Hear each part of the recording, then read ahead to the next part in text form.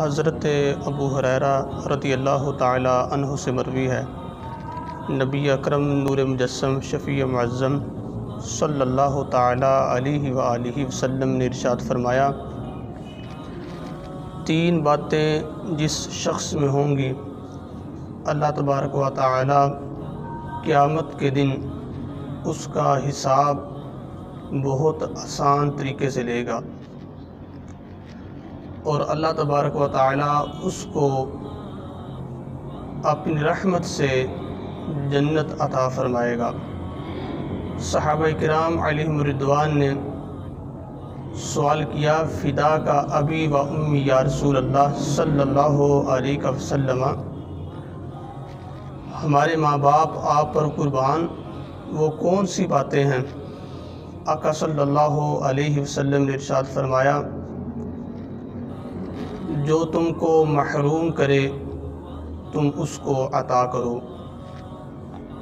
دوسرے نمبر پر فرمایا، جو تم سے قطع تعلق کرے یعنی تعلق توڑے تم اس سے ملاپ کرو، تعلق کو جوڑو۔ اور نمبر 3 فرمایا کہ جو تم پر ظلم کرے تم اس کو معاف کرو۔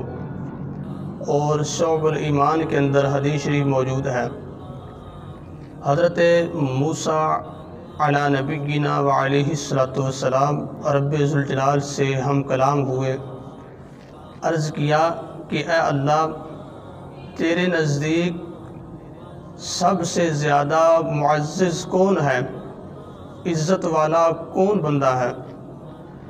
رب ذوالجلال نے فرمایا کہ جو بندہ طاقت اور قدرت رکھنے کے باوجود معاف فرما دے۔ نبی کریم صلی اللہ علیہ وسلم کی بارگاہ میں ایک بندہ حاضر ہوا، اس نے عرض کیا، اے آقا صلی اللہ علیہ وسلم، غلام کو کتنی دفعہ معاف کریں؟ نبی کریم صلی اللہ علیہ وسلم خاموش رہے۔ پھر اس نے سوال کیا کہ غلام کو کتنی دفعہ معاف کریں؟ نبی کریم صلی اللہ علیہ وسلم پھر خاموش رہے۔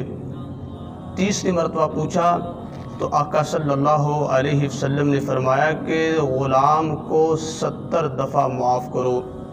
اللہ تبارک و تعالی ہم کو نبی کریم صلی اللہ علیہ وسلم کی سیرت پر چلنے کی توفیق عطا فرمائے۔ وآخر دعوایا ان الحمد للہ رب العالمین۔